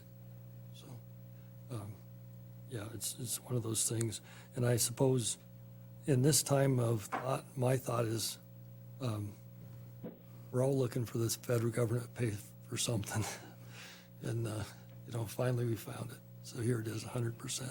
So I don't know that that's needed, but if it never turns on, that will be a disappointment. Any other comments? All in favor, say aye. Aye. Aye. Aye. Any opposed? Motion passes. The temporary line agreement with Visionary, City Administrator's report, please. Thank you, Your Honor. This one is easier and shorter, so I'll get right to it. The city was approached by Visionary Communications in an effort to install a short-run fiber line to serve their system and provide service throughout the community. We had been having a conversation about a franchise agreement in an effort for them to move forward while we continue to discuss that and continue to provide service. They proposed this temporary agreement. The agreement before you has been wordsmithed back and forth with the company and provides for the installation of that fiber line as provided in the pictures attached. It provides for a small amount of revenue associated with that. Those numbers are largely based on what has been done in other communities and are in line. And the intention of this is to have a 12-month period of time where we look towards approval of the development and approval of the franchise agreement. There is the ability, with another small fee, to extend that for an additional 6 months. We're already most of the way through the drafting of the franchise agreement, so we would expect it to happen within the 1 year, but we did provide for the 6 month, for the administrator to provide for a 6-month extension. That way it doesn't have to come back, and if we run into challenges, that's just what we built in. Item has been reviewed by legal with modifications made following that this has been approved. Additionally, you have a letter from the CEO of Visionary that is attached to this document, as that individual was not able to be here. We do recommend approval of the agreement, and we'll be happy to answer questions when appropriate. Thank you, Your Honor. Thank you.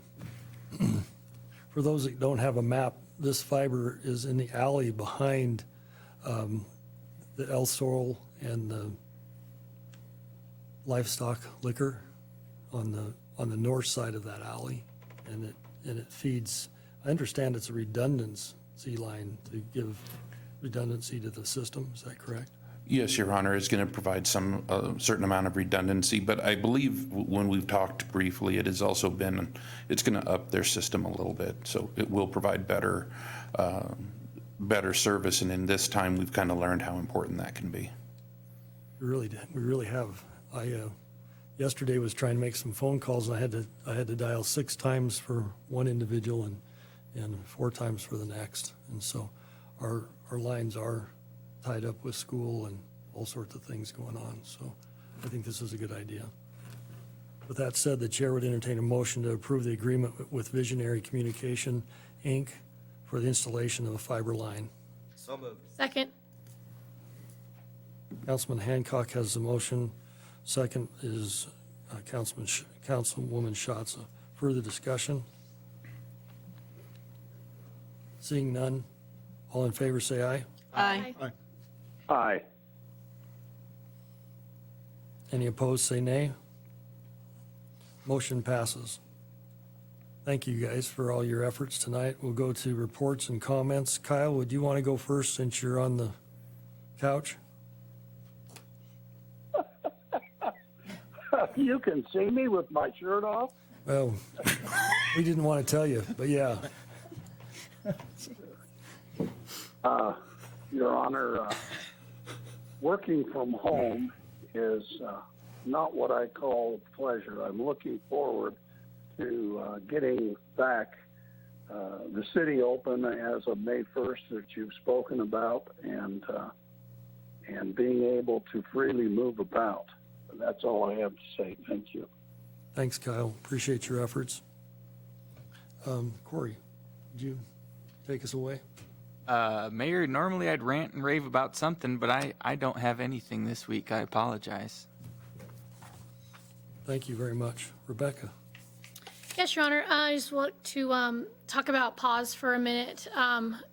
Currently, the discussions that we've been having has all been through email, but they are looking out over this next year, and they know they're going to be struggling with the with funds and due to the lack of fundraising options that they currently have because of the social distancing.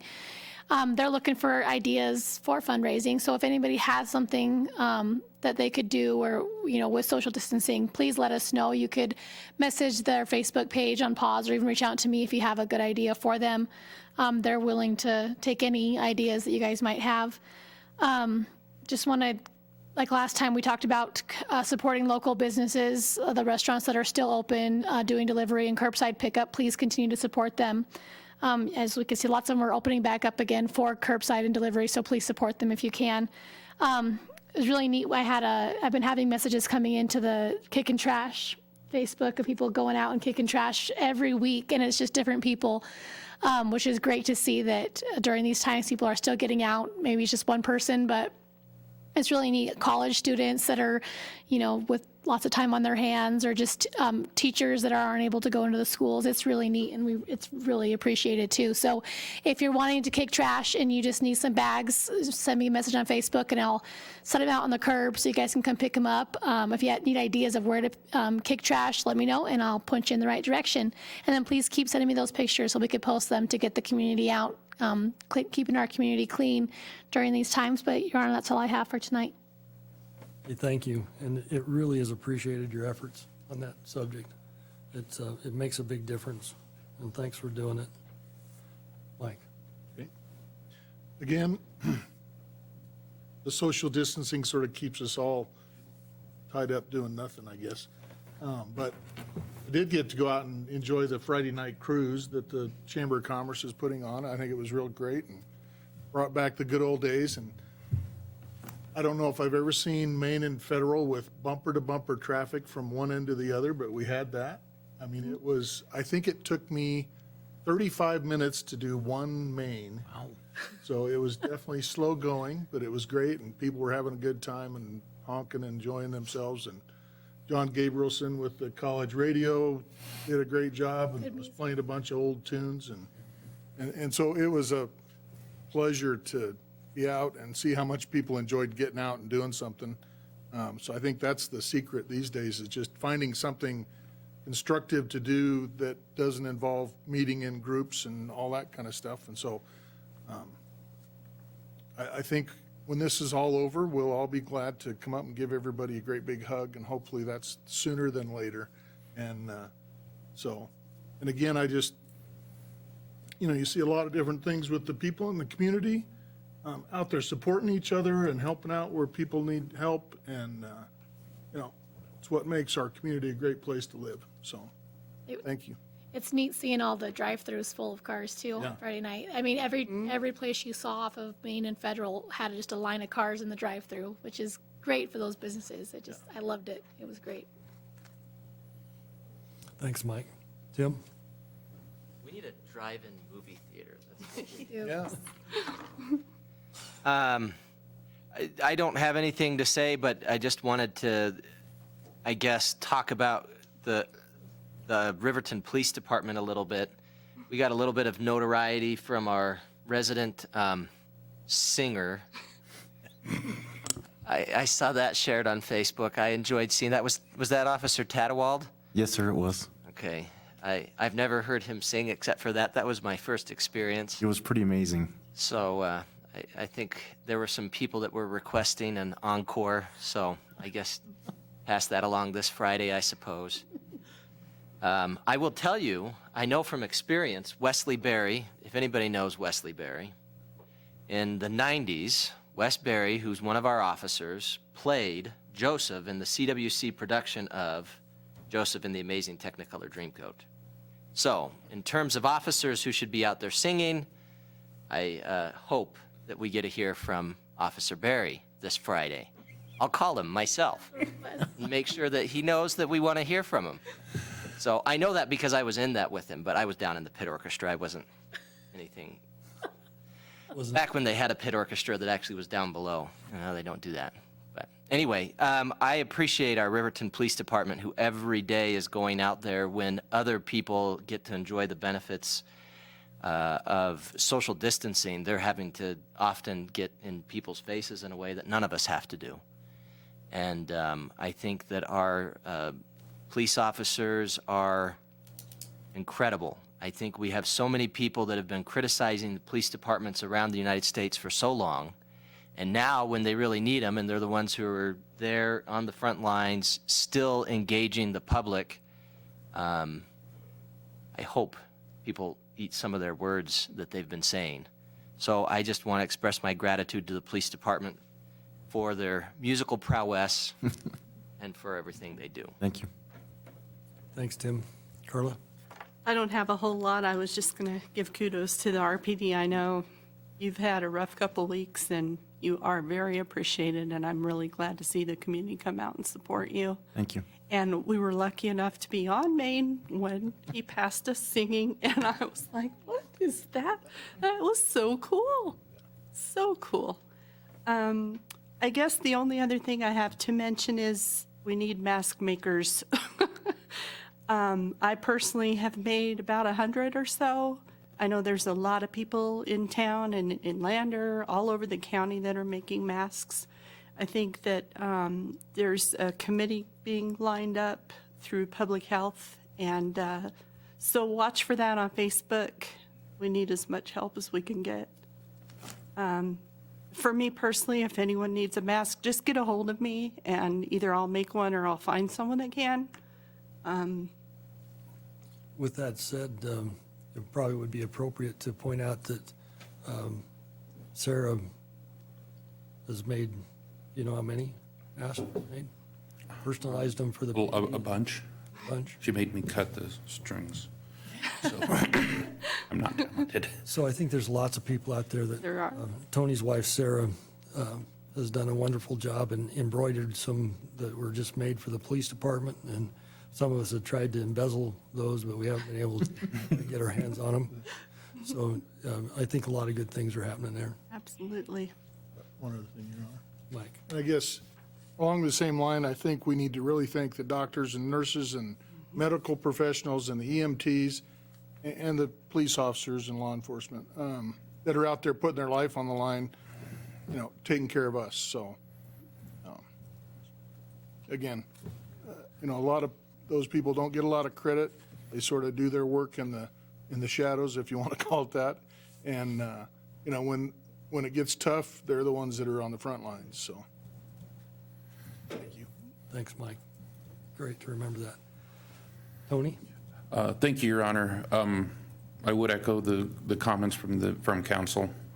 We've had an amazing group of people throughout our community do a number of different things, donating food to other people, put help baskets together. It's been amazing to watch the amount of care and love that the community has expressed, and when maybe others think we would have folded or shied away and we didn't.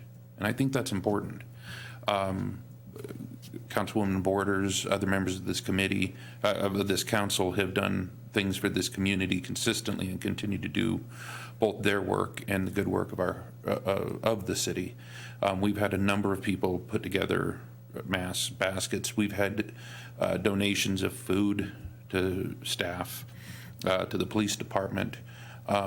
One of the things that I wanted to draw some specific attention to is that we've taken very seriously having a clean environment, hand sanitizer, sanitizing the facility, not just because of our law enforcement, because they're out there and they're engaged, and we want to keep sure they're safe, but we also keep in mind our water, people that provide clean water for us. Those certifications, those people do a great job. And our public works that do trash. You want to see things go sideways, watch trash not get picked up for a little bit. Our sewer, you flush your toilet. These are things we forget as well. So we try to make sure they have as much of that, anything to sanitize the mayor. I think you have one of the little balls. I would give special thanks to Walmart. Their manager, Mickey, has been absolutely wonderful to work with. Not only when we've needed the things have we been able to call, and she'll say, okay, trucks are coming in, you're a priority. We want to keep your police department, you want to keep your public works working and safe, and they've done that. Not only have they done that, the last time they did it, they've donated the materials. Nothing but many, many thanks for everything they've done. They've been nothing but responsive. They're not the only one. I can't call out everybody who's just been wonderful to our employees. It's very much appreciated, and it means a lot to everybody here.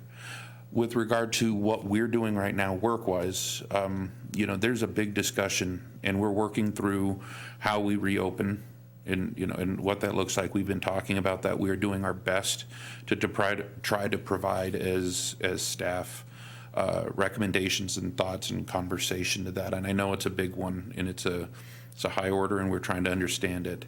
Additionally, we're right in the middle of budget right now. Being honest with you, it's challenging. We know we've shut down our economy it'll be going on 2 months. That's enormous. And the effects of that are going to be significant.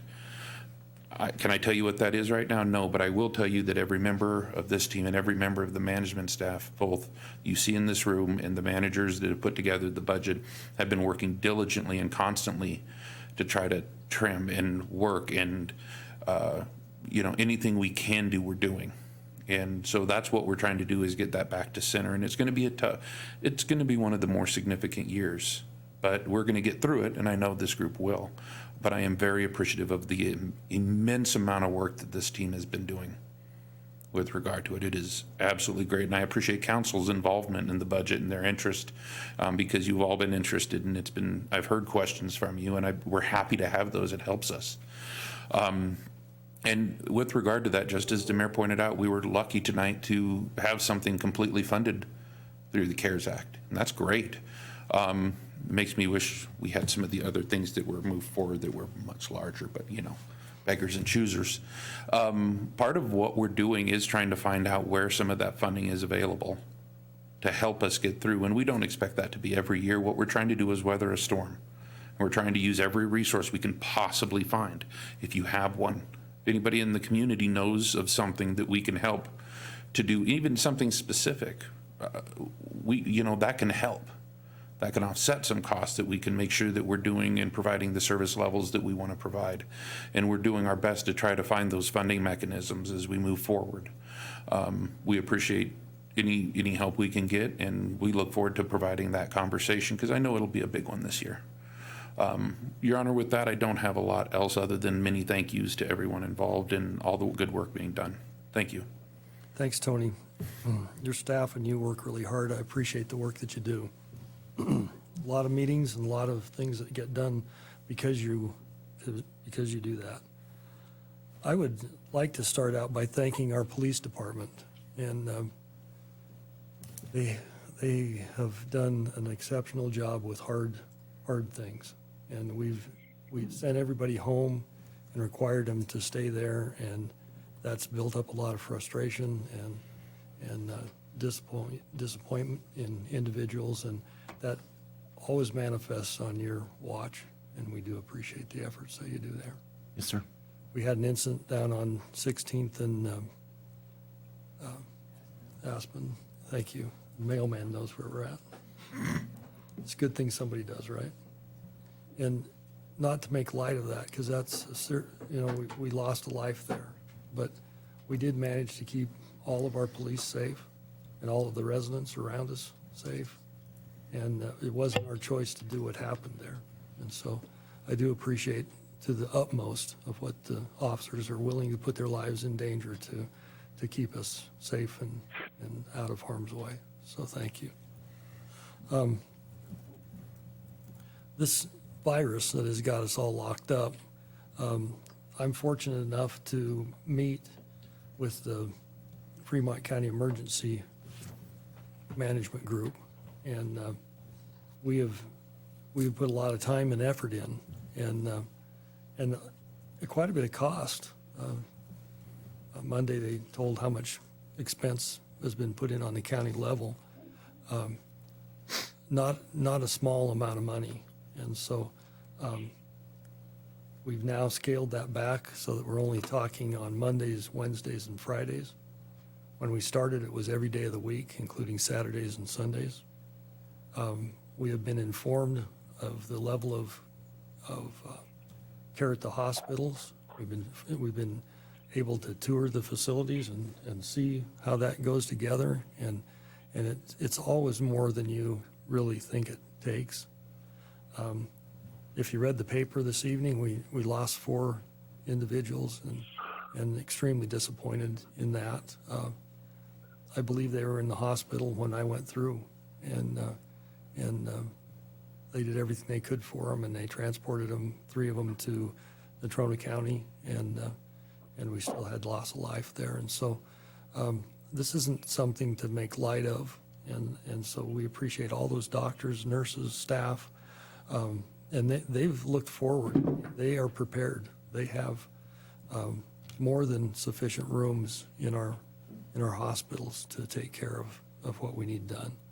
And today, I got a phone call from Commissioner Becker that told me to be looking out for some things, and I called Dr. G and had a really pointed conversation with Dr. G and got the information that I needed to have, and I really do appreciate that. We're in good shape, and things are getting better, and they're going to continue to get better, and I appreciate that. That emergency group consists of all county commissioners are in that, all the mayors from all the locations are in that, the health nurse and Dr. G, and then there's special staff that's just been brought on. Commander Lee is in charge of that, and Kim Lee. Kim worked for years with the state of Wyoming in that capacity, and so we're just really well covered. We hear from the Red Cross every conversation. They call in and inform us of what they need and what they would do and help us with.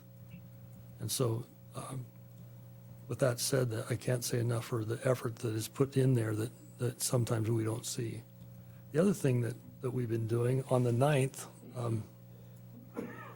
we have a unique arrangement in Fremont County right now.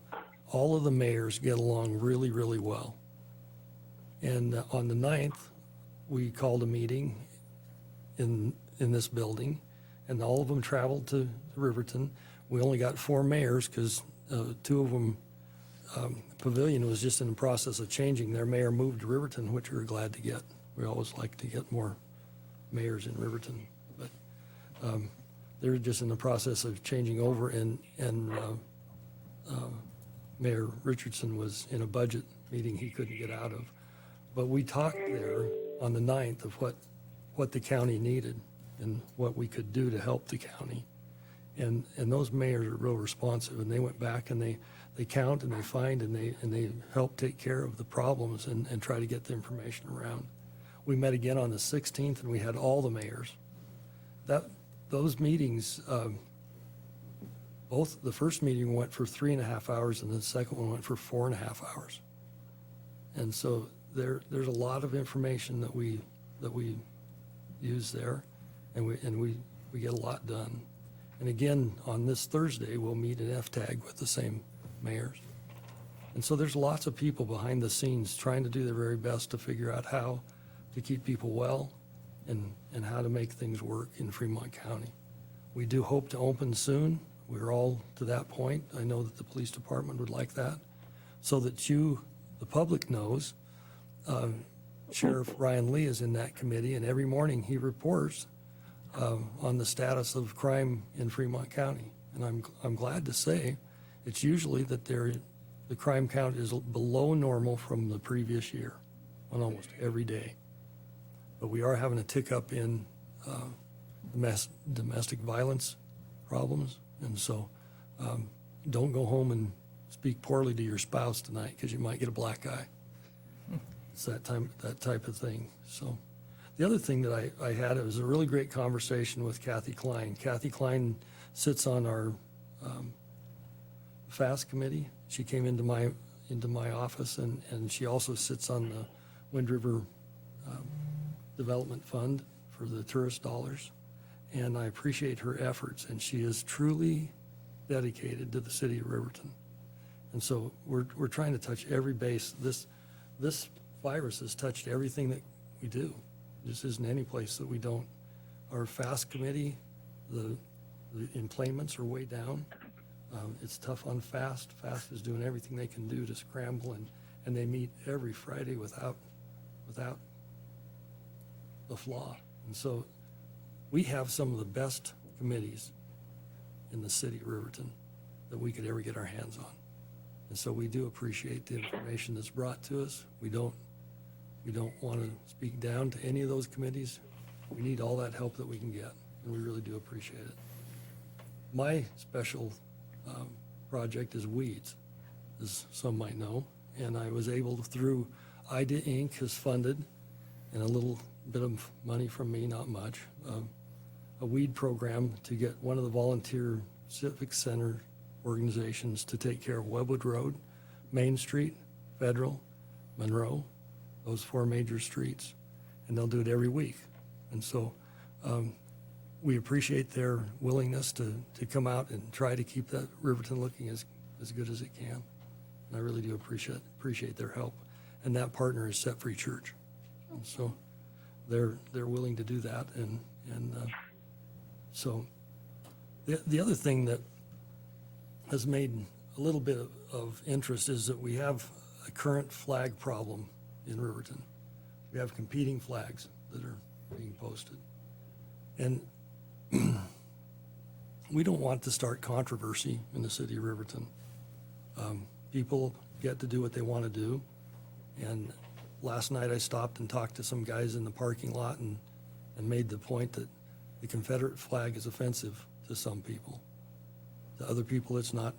It's a current sighting of pride. So when we live in the great society that we do, we have to let everybody have their opinion. And so I encourage people to be kind. Right now is a really great time to be kind and to pick up the phone, think of somebody on your block, an elderly person, somebody that you don't usually have contact with, and call them, make sure they're well. Go out of your way to express kindness is going to go a lot farther than competing with flags. And every one of us knows somebody that fits. Even us old guys. I bet Mayor Warpness knows somebody older than Mayor Warpness. And are you the oldest guy? Just 2 people is all? And so there's a lot of us old guys that have great friends that are just looking for a conversation. And so let's go out of our way and let's be kind. Pass out good information. Don't scare people. There's plenty of things to be scared about. Try to be positive. Try to build people up. Try to help. And I know we'll get through this the very best we can. I appreciate everybody's help. Council's been wonderful. Council sat in a meeting earlier today for a couple hours. And we dealt with funding special interest groups. And so we do appreciate what the council does. Appreciate staff. Staff is constantly and always responsive. I appreciate your efforts. With that said, is there any objection to adjourning? That said, we adjourn at 8:58.